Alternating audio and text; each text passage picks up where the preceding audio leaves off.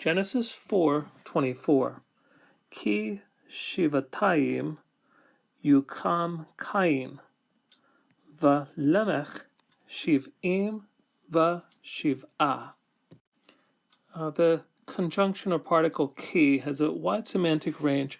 Here, probably best to take it in its hypothetical sense that it often has. If, and then the subject is at the end, if Cain sevenfold has been avenged, then Lamech 70 and 7.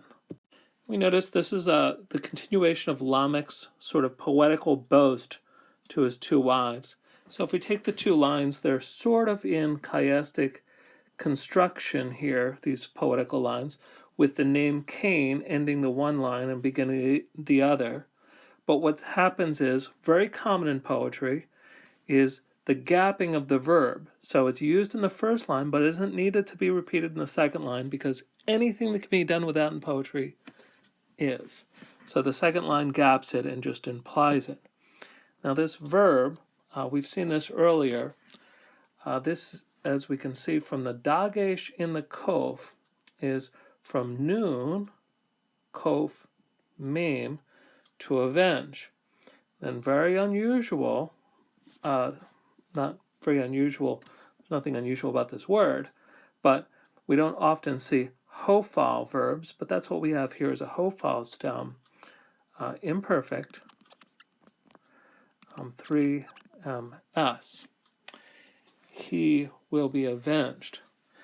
And so Cain, Lamech's point here to his wives is, if Cain, if someone killed Cain and would be avenged sevenfold, then Lamech, if somebody hits him or bruises him, he's going to 77-fold get them back. What Lamech's doing is he's wrongly extrapolating a form of justice from the protection or the mercy that the Lord showed to Cain.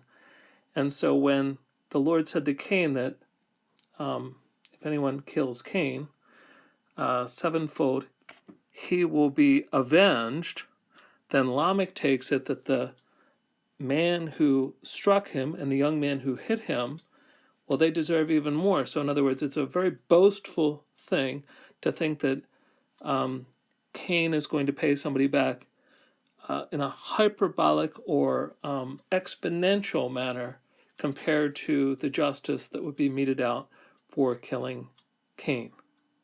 There's a lot of different interpretive things that we can do here in the beginning of Genesis, but by making this direct allusion in the text to something else, then it gives us a chance as readers to really think through this sense of justice and even the perversion of someone like Lamech.